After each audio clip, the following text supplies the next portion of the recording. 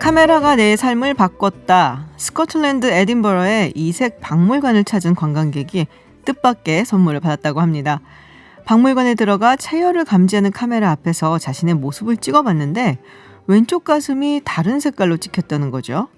깜짝 놀라서 진찰을 받았더니 유방암 초기라는 진단을 받았다고 하네요. 다행히 약물요법이나 방사선 치료 없이 수술로 완치를 앞두고 있다고 합니다. 이래서 세상사 모를 일 투성이지만 그래도 살만하다는 얘기가 있는 것이 아닌지. 네, 김지윤의 이브닝쇼 잠시 후에 서울타임즈로 돌아오겠습니다. 서울타임즈 시간입니다. 오늘 오전 조국 전 법무부 장관의 부인이죠. 정경심 교수가 영장실질심사를 받기 위해 서울중앙지법에 출석했습니다. 지금은 서울구치소에서 대기 중인데요. 네, 서울타임즈 이번 시간에 정상근 기자 그리고 손수호 변호사와 함께 이야기 좀 자세히 나눠보겠습니다. 안녕하세요. 네, 안녕하세요. 오늘 유독 피곤해 보이시는데. 네, 팬더가 됐어요 지금. 어제 너무 늦게까지. 어제 그 뜨거웠던 토론 때문에 그러신가요? 그리고 뒤에 유튜브 라이브까지 해갖고 끝난 게 11시 거의 반. 네. 뭐 분위기는 좀 어땠나요? 그 어제 방송이? 어제요. 근데 이제 이것뿐이 아니고 대체로 100분 토론 방송 이게 말해도 되나? 근데 진행을 할 때 겉에서 보기엔 막 싸우는 것 같고 막 이러는데 방송 그 스튜디오 내에서 분위기 좋아요. 아, 그래요? 네. 어제도 그랬나요? 어제는 뭐 거의 잔치집 분위기였죠. 그래요? 네. 특히 어제 토론자들이 네. 굉장히 유명한 분들이잖아요. 그렇죠. 게다가 현실 정치에서도 큰 역할을 했던 분이기 때문에. 그렇죠. 그럼 또 하나 궁금한 게 대선 관련된 질문인데요. 네. 홍준표 전 대표는 기회만 된다면 뭐 하고 싶어 하지 않을까라는 느낌을 받았고 네. 또 유시민 이사장은 그동안 절대 출마할 일 없다라는 네. 말을 했잖아요. 혹시 그동안의 어떤 그런 이야기들 어느 정도 믿을 수 있을까? 근데 현장에서 느낀 분위기가 어떤지. 정말로 유시민 이사장님은 정말로 자기가 안 나갈 거다라는 것을 제발 좀 강조해달라고 거의 열변을 토하면서 막 얘기를 하는데 홍준표 대표님 와서 이거 어떻게 알아? 막 약간 이런 식으로. 근데 뭐 어쨌든 사실은 이제 뭐 굉장히 열띤 토론 이런 걸 기대하셨던 분들도 계시긴 하겠지만 어제 사실은 좀 즐기는 분위기였기 때문에 또 두 분이 워낙 뭐 입담이 좋으신 분이라서 제가 그냥 가만히 있어도 와 그래서 저도 사실은 재밌었어요. 막 웃으면서 저기 방청객들이랑 같이 쓸데없는 남의 프로그램 이야기를 하고 여기서 네. 진행자가 거기서도 진행자 하시니까 네. 여쭤봤습니다. 알겠습니다. 네, 어쨌든 오늘 서울중앙지법에 뭐 기자들 굉장히 많았던 것 같은데. 네. 정말 많았죠. 네, 전 사실 점심 약속 그쪽에 있어갖고 가느라고 근처에서. 서초동에서. 네. 그렇군요. 거기 맛집이 좀 많긴 하죠. 네. 근데 오늘 그 10시 10분에 정경심 네. 교수가 출석을 했는데 뭐 정장 차림으로 나왔다고 하고 근데 기자들이 모여가지고 좀 질문을 많이 던졌어요. 그래서 네. 뭐 혐의를 인정하느냐, 뭐 국민들께 뭐 하고 싶은 말은 없느냐 이런 질문들을 던졌는데. 일단 뭐 정경심 교수의 대답은 뭐 성실히 재판에 임하겠다, 이렇게 좀 얘기를 했던 그런 상황입니다. 근데 이제 출석 모습이 나왔잖아요. 네. 그러면서 어떤 언론사는 이렇게 블러 처리를 하고 어떤 언론사는 얼굴이 그대로 보이고 그러니까 그것마저 반응들이 또 다르더라고요. 또 얼굴이 그대로 보인 데는 얼굴을 왜 그대로 보이냐라고 또 화를 내시는 분들도 있고 블러 처리를 하는 데는 또 왜 블러 처리를 했느냐고 화를 내시는 분들도 있고 이게 뭐가 맞는 건지 모르겠어요.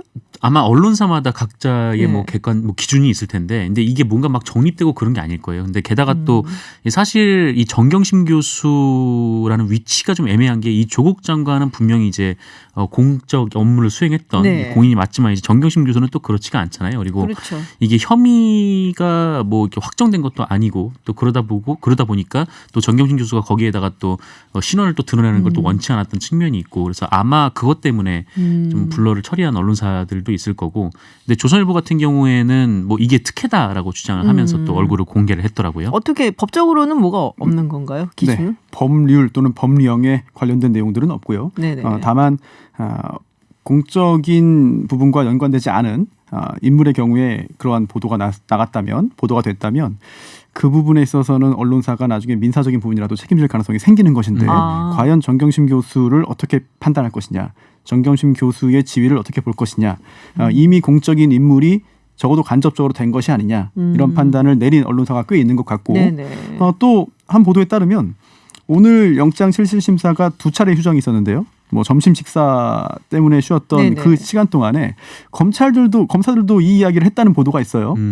예, 이거 얼굴 관련해서 뭐 모자이크 또는 블러 처리 관련된 이야기를 검사들이 나눴다라고 하는 보도가 있을 정도로 그 부분도 이제 상당히 많은 분들이 관심을 가진 그런 상황인 것 같습니다. 그렇군요.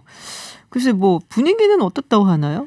법정 분위기는? 지금 뭐 내부에서는 뭐 팽팽하게 진행되고 있다고 네네. 검찰 측하고 이제 정경심 교수 측이 뭐 각각 뭐 서로 이제 뭐 혐의를 얘기하고 또 거기 부인하고 근데 이게 영장 심사만 지금 5시간 넘게 지금 계속 이어지고 있는 좀 그런 상황이라고 합니다. 네. 끝났다고 들은 것 같은데 네, 방금 전에. 오후 5시 한 50분경에 네. 굉장히 길게 진행됐고 지금은 일단 끝난 상황이고요. 아, 네. 그런데 이 영장 실질심사, 즉 구속 전 피의자 신문이 이렇게 오래 진행되는 경우는 거의 없습니다. 아 정말요? 거의 없습니다. 실제로 자백하는 경우에는 뭐 30초 만에 끝나기도 하고요. 네네. 또 다투는 경우에도 뭐 1시간 넘지 않은 경우들이 거의 대부분인데 이렇게 긴 시간 동안 공방이 오갔다는 거는 양측이 정말 치열하게 논쟁을 벌였고 또 양측이 단순히 주장만 한 것이 아니라 관련된 자료들을 제출했고 네. 그에 대한 설명 작업을 충분히 하기 위해서 상당한 시간이 소요되지 않았나 이렇게 짐작할 수 있겠습니다. 그렇군요. 지금 이제 정경심 교수 혐의를 보면은 이제 크게 자녀 입시 비리 의혹이 있고 또 증거 인멸 및 교사 의혹이 있고 또 사모펀드 투자할 때 이제 뭐 자본시장법 위반이라든지 뭐 이런 것들이 있지 않나 제가 판단하게 있는데 지금 뭐 다 모든 혐의를 사실 정경심 교수 측에서는 부인을 하고 있는 것이죠. 예, 그렇습니다. 네. 일부라도 인정한 부분이 있다면 그러한 사항들이 실시간으로 거의 보도될 텐데 네. 현재 보도에 따르면 전면 부인이다. 전면 부인. 라고 하고 있는 것이고요. 또 조금 전에 말씀하신 대로 세 가지로 크게 나눠볼 때 일단 사모펀드 관련된 부분 이거는 검찰의 시각과 정경심 교수 측의 시각이 완전히 다릅니다. 즉 검찰은 정경심 교수가 공범이다. 네. 범죄에 개입했다. 관여했다라고 보고 있는 것이고 반면 정경심 교수 측은 내가 피해자다. 라는 주장을 하고 있습니다. 네. 결국 어느 측의 주장이 타당할지 여부 증거에 의한 판단이 이루어질 것이고요. 또한 입시 비리 관련해서도 이미 기소된 부분은 있어요. 네. 사문서 위조. 그런데 그와 관련해서 구체적으로 검찰이 어디까지 자료를 입수했을 것인가. 어디까지 범죄 사실의 소명을 할 수 있는 자료를 입수했고 오늘 제출했을 것인가. 그리고 오늘 아마 처음 보는 내용들 또는 알고 있지만 구체적인 자료로는 처음 제출된 사항들이 분명히 있을 겁니다. 이 부분에 대해서 정경심 교수 측이 어느 정도로 충분하게 방어 활동을 했을 것인가. 이 부분도 굉장히 궁금합니다. 그렇군요.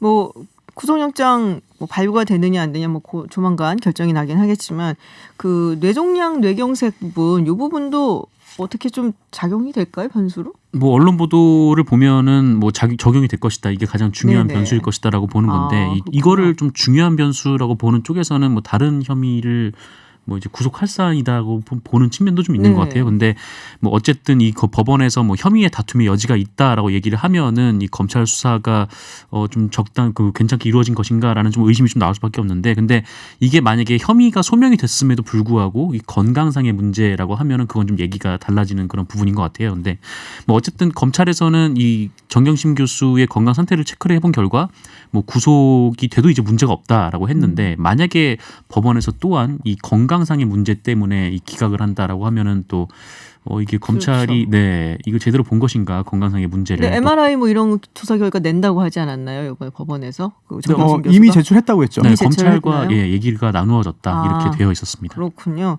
법 쪽에서는 어떻게 전망하고 계세요? 알 수 없어요. 다들 모른다 그러세요. 왜냐하면 이게 참 민감한 부분이기 때문에 일부러 회피하는 게 아니고요. 정말 알 수 없습니다. 그 이유가 여러 가지가 있는데 우선 첫 번째 저희가 일반적인 예측을 하고 또한 일반적인 평가를 할 수 있어도 구체적인 기록을 보지 못했습니다.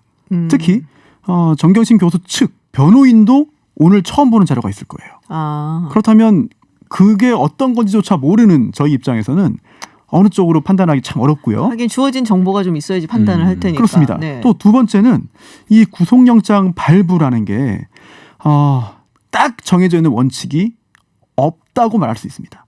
왜냐하면 아니 지금 제가 드린 말씀을 들으시는 많은 분들이 의아하게 생각할 거예요. 아니 이것도 결국은 법원에서 판사가 내리는 판단인데 기준이 없다는 게 말이 되나? 물론 기준은 있죠. 하지만 그 기준을 정확하게 누구라도 알 수 있게 객관적인 어떤 그 수치 또는 객관적인 기준 이렇게 판단한 이런 것을 제시하기는 참 어렵습니다. 우선 많이 들으셨겠습니다만 한 번만 더 간단하게 정리를 하면 네. 우선 이른바 범죄 사실의 소명, 즉 네네. 범죄를 범하였다고 볼 만한 상당한 이유가 있어야 돼요. 일단 그 대전제입니다. 첫 번째. 네네. 그럼 그 다음에 그와 함께 도주의 염려 증거인멸 있거나 네. 도주의 염려가 있거나 있거나. 아니면 증거인멸의 염려가 있어야 네. 합니다. 둘 중에 하나는. 그리고 이것을 판단함에 있어서 종합적으로 범죄의 중대성 등을 참고하도록 되어 있어요. 아. 그럼 아까 말씀드린 그 건강도 이 범죄의 중대성 이 등에 포함되는 거거든요. 그렇다면 일반적으로 이렇게 규정들을 해석할 수는 있지만 그래서 이 사안이 어디에 해당된다는 거야? 그래서 이 사건은 어떻게 봐야 되는 거야? 이거는 알 수 없다가 정답입니다. 네. 그렇기 하여튼 때문에 영장 관련해서 구속영장 관련해서 뭐 일부는 로또라는 판단을 할 정도로 알 수 없다. 이게 그냥 책임 회피가 아니라 정말 모르기 때문에 모른다는 말을 하는 게 맞는 것 같아요. 네, 모른다는 변명을 굉장히 길게 하셨는데 네, 꿈을 잘 꿔야 되는 걸로 결론이 나는 건가요? 네, 하여튼 뭐 조금 기다려 보면은 뭐 결과가 나올 것이라 봅니다. 일단은 교통 정보를 저희가 들어야 될 시간이라 같고요. 네, 교통 정보 듣고 다시 돌아오도록 하겠습니다. 네, 김지윤의 이브닝쇼 서울타임즈 돌아왔습니다. 국회로 좀 가보도록 하겠습니다. 네, 정상근 기자. 네. 나경원 자유한국당 원내대표가 패스트트랙 관련 의원들한테 공천 가산점을 준다고 얘기가 나왔는데 진짠가요? 네, 그런 얘기를 했습니다. 맘대로 그렇게 지도부에서 결정이 난 건가요? 아니면 본인 결정인가요? 이 황교안 대표랑도 얘기가 된 사안이라고 했는데 이게 네. 사실 뭐 공천 가산점은 원내대표가 개입할 수 있는 부분은 아니거든요. 네네. 근데 뭐 황교안 대표랑 얘기를 했다라고 하니까 뭐 그래요?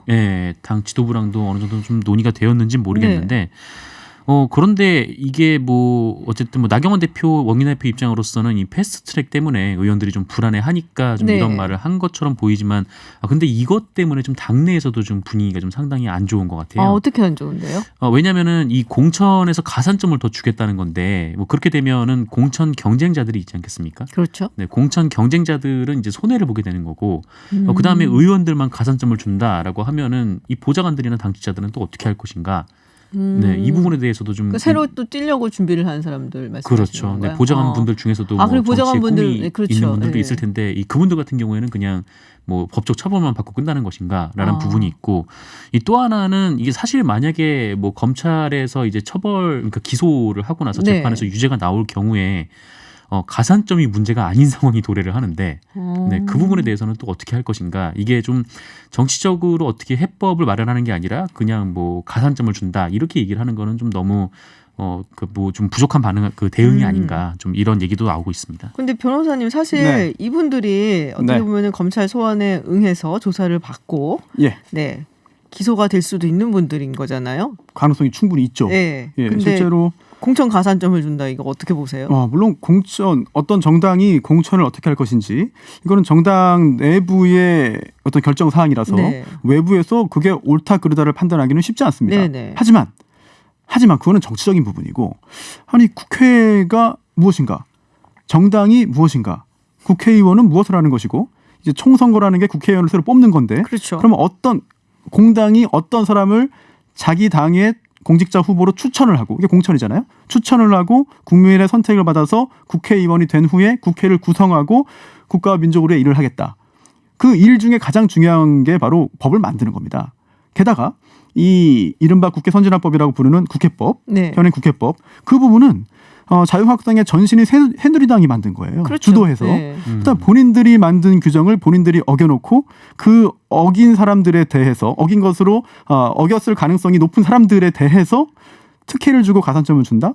이건 굉장히 모순이죠.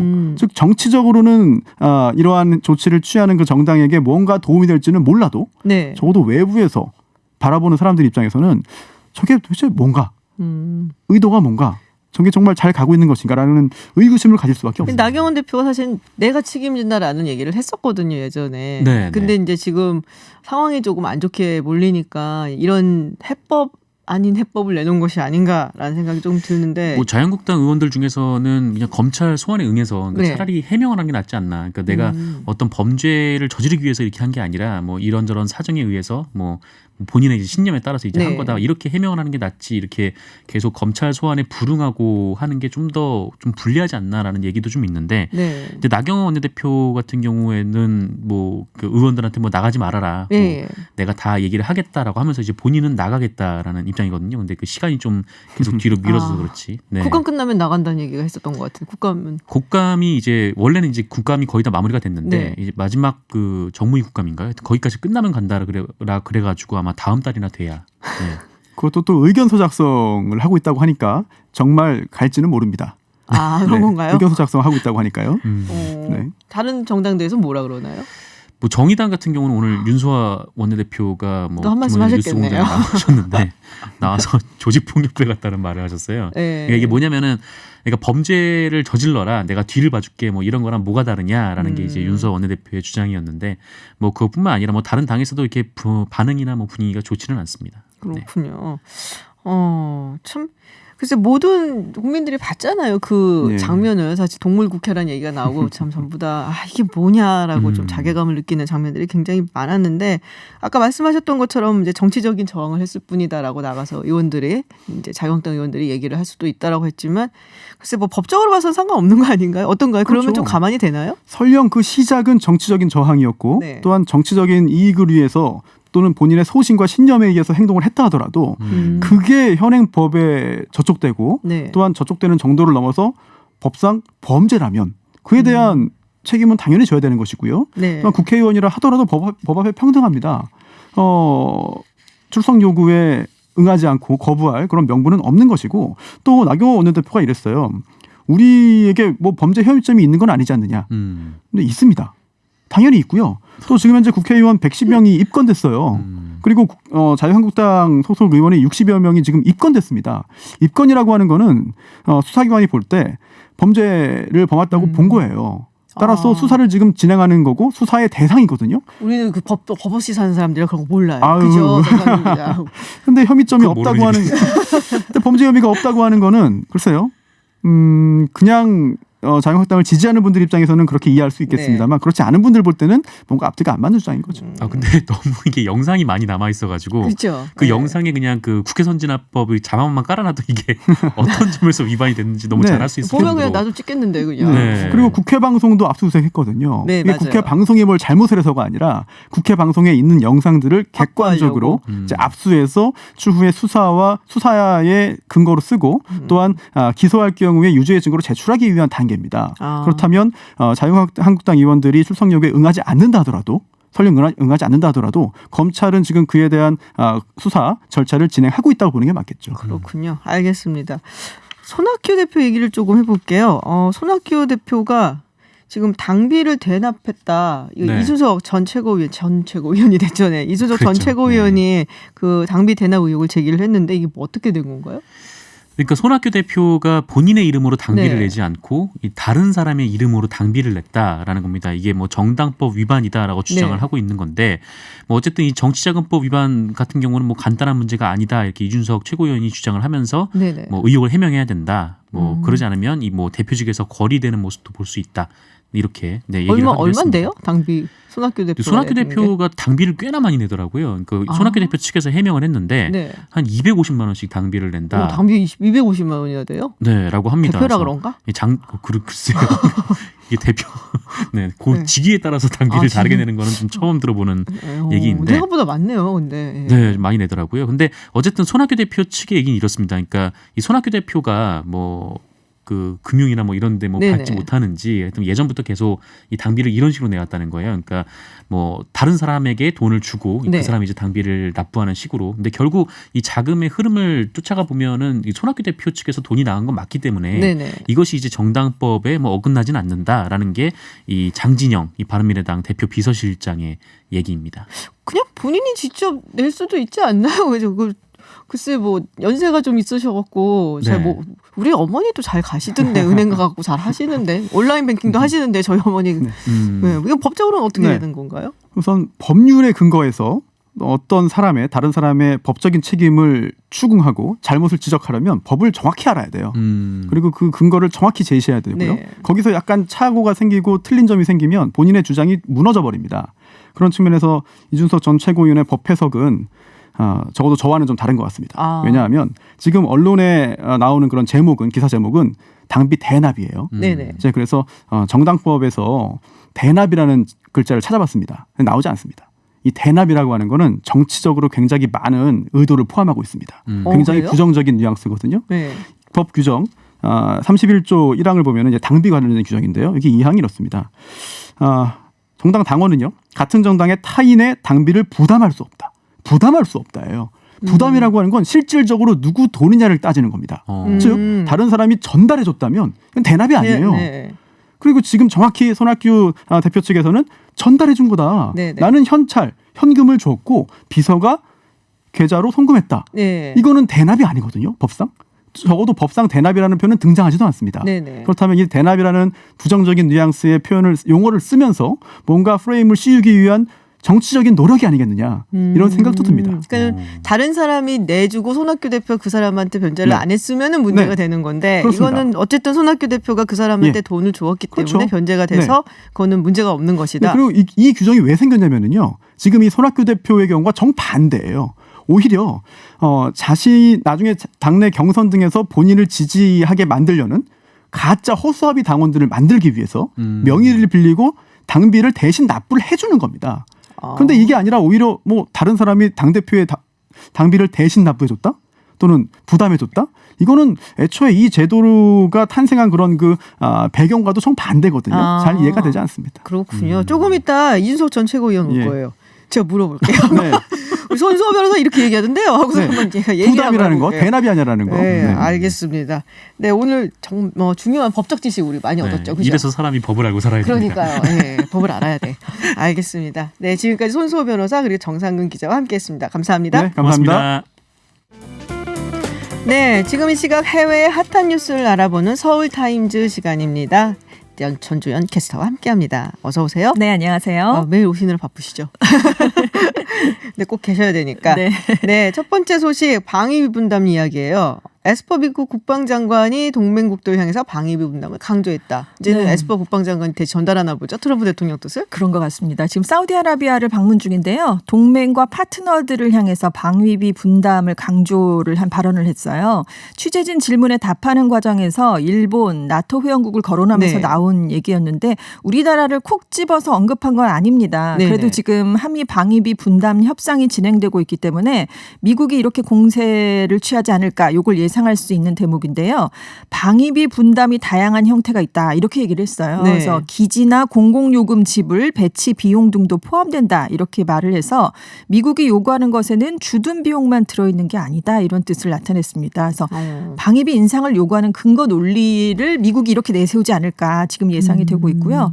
지금 데이빗 헬비 국방부 부차관보도 지난주에 한 행사에 갔는데 한국의 방위비 분담은 미국을 위한 보상이 아니라 한국의 번영을 위한 내용이다. 뭐 이렇게 얘기를 했습니다. 미국 그 기지에서 네. 고용해서 지금 일하고 계시는 그 한국 분들도 꽤 있고 네네. 뭐 이런 얘기를 많이 하더라고요. 보니까 그러니까요. 그래서 네. 아마 이제 뭐 전반적으로 이 방위비 분담 그러니까 협상을 좀 해야 되는 상황이니까 네. 한꺼번에 좀 이야기가 나온 게 아닌가 싶은데 지금 우리가 사실은 방위 분담금 그 회의를 하고 있잖아요. 협상 회의를 하고 있잖아요. 그렇습니다. 하와이에서 하고 있죠. 미국 시각으로 하와이 시각으로 네. 22일에 시작이 돼서 네네. 24일까지 이어지는데요. 내년 주한미군에 대한 우리 정부의 방위비 분담금을 결정하는 2차 회의입니다. 우리 정은보 방위비 분담금 협상 대사가 처음 이제 자리하는 회의가 네. 되는데요. 경제 관료 출신이거든요. 그래서 인상 압박에 적극 대응하지 않을까 이렇게 예상이 되고 있는데요.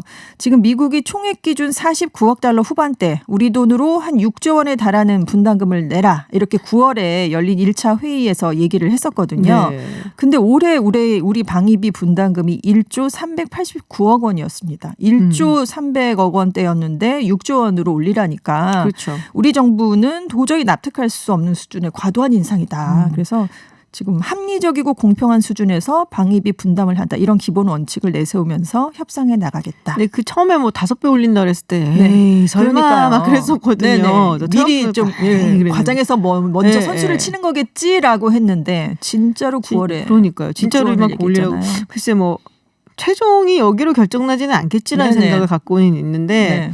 뭔가 좀 억울한 느낌이 드는 것은 어쩔 수 없는 듯한. 그러니까요. 네, 그렇군요. 글쎄 뭐 쉽지 않은 협상인 것 같습니다. 네네. 협상 테이블에서 전혀 쉽지 않은 위치에 서 있는데 어쨌든 잘 해결하고 돌아오시길 빌고요.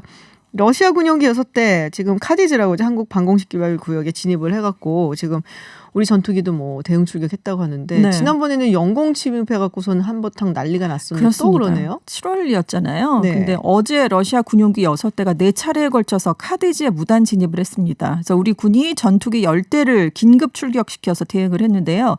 울릉도와 독도 사이를 지났고요. 러시아 군용기가 제주도와 태안반도 인근 남해 또 서해 카디즈까지 들어갔습니다. 일단 우리 합참은 영공 침범은 없었고 우리 군이 경고 방송 등 정상적인 전술 조치로 대응했다. 이렇게 입장을 내놨습니다. 그렇군요.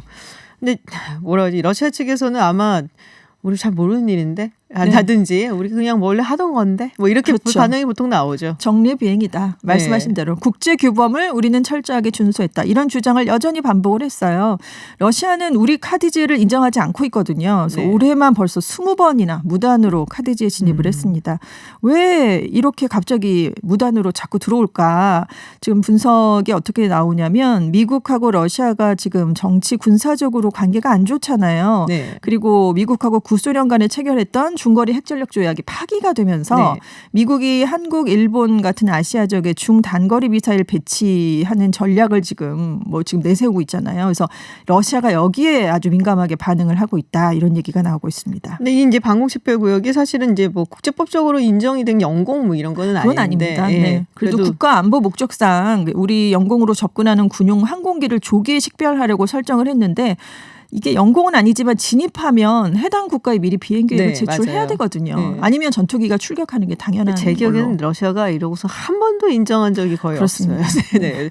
그래서 아마도 이번에도 인정을 안 했을 거다라고 생각은 들기는 했는데, 근데 일본 방공식별 구역까지도 비행했다고 하는데 일본은 별다른 반응이 없었다고 그래요. 그러니까요. 왜 그런가요? 지금 민감하게 반응하는 곳이 지난번에도 독도 주변을 오니까 왜 우리 영공에 들어오느냐 그러니까요. 이렇게 말도 안 되는 얘기를 했었잖아요. 왜 우리 영공? 네. 어디서? 그러니까요. 그래서 지금 근데 일본이 그렇게 민감하게 생각하는 독도 주변도 이번에 비행을 했는데 네. 그 조용한 상태입니다. 주요 언론들이 관련 내용을 크게 보도를 하지 않고 있는데요. 그 이유가 어제 나루히토 일왕의 즉위 선포식이 있었잖아요. 네네. 그래서 지금 191개에서 각국 대표 지역 기구 대표자들이 왔는데 이걸 얘기하면 축하 분위기를 깨는 셈이 되기 때문에 일부러 일본 정부가 좀 조용하게 대응을 하고 있다. 이런 얘기가 나오고 있습니다. 잔칫날이니까 네. 좀 조용히 대응을 한다. 네. 그렇군요. 알겠습니다. 네. 지금 사실 이제 홍콩의 시위가 촉발이 되었었던 그 범죄인 인도 법안, 그러니까 송환법. 이거에 또 촉발이 된 사람이 있어요, 사실은. 네. 한 남성이 있었죠. 네, 한 20살. 남성이 있었어요. 네. 근데 이 사람이 풀려났다면서요. 네, 찬퉁카이라는 남성인데요. 2월에 타이완에서 여자친구를 살해하고 홍콩으로 도주를 했었잖아요. 네. 그동안 18개월 동안 복역을 했는데 오늘 홍콩 교도소에서 출소를 했습니다. 일단 피해자 가족에게 사죄를 드린다 이런 얘기를 했고요. 타이완에 가서 죄값을 치르고 싶다 이런 얘기를 했어요. 그리고 홍콩 사회, 홍콩인에게도 죄송한 마음입니다라고 네. 이렇게 사과를 하기도 했고요. 지금 홍콩이 사실 속지주의라 영유에서 발생한 범죄에 대해서는 처벌을 할 수가 없거든요. 그래서 이 찬퉁카이에게 적용된 것도 여자친구 살해는 타이완에서 일어났기 때문에 적용이 되지 않았고요. 홍콩에서 일어난 사건이 아니라서. 네, 그래서 여자친구의 돈을 훔쳤다 이런 절도, 돈 세탁 그래서 방지. 18개월밖에 안 살고 나왔군요. 워낙 29개월이었는데 모범수였대요. 그래서 또 감형이 돼서 18개월 만에 이제 출소를 하게 네. 된 건데 아무튼 타이완하고 범죄인 인도 조약이 없었으니까 이제 범죄인 인도 조약이 없는 나라에게도 송환을 하겠다 이런 걸 지금 홍콩 정부가 이제 추진을 하다가 지금 야당이나 시민단체들, 홍콩 그렇죠. 시민들이 굉장히 반대하면서 시위가 이어지고 있죠. 근데 이제 타이완 입장에서는 우리도 우리의 국가다라는 거잖아요. 네네, 자신들의 그렇습니다. 주장이. 그러니까는 중국에 속해 있는 것이 아니다. 네. 그래서 국가로서의 어떤 주권 국가로서의 실력을 행사를 하겠다라는 입장이고 자기네들이 데리고 가겠다 그렇습니다. 이러는데 홍콩에서는 반대하고 있는 거고요. 그러니까 특히나 대만 경찰을 홍콩에 파견해서 우리가 데려오겠다. 네. 어제 갑자기 이제 입장을 바꿔서 원학을 안 받겠다라고 얘기를 맞아요. 했는데 그렇게 얘기를 하니까 이번에는 홍콩 당국이 우리의 대만 경찰이 우리 홍콩에 와서 데려가는 건 허용할 수가 없다. 이렇게 해서 또 반대하고 있거든요. 그러니까 말씀하신 것처럼 대만과 홍콩 정부 간에 하나의 대륙이냐 아니면 중국 영토의 일부이냐 이걸 놓고 대립을 하고 있는 사이에 이 찬퉁카이는 석방이 됐습니다. 그렇군요. 네. 근데 이런 소식이 들어와 있어요. 캐리람 행정장관을 중국 정부가 교체하려고 한다. 네. 내년 3월 전에 네. 좀 후임자가 임명될 것 같다라고 파이낸셜 타임스가 중국 관계자를 이용해서 보도를 했는데요.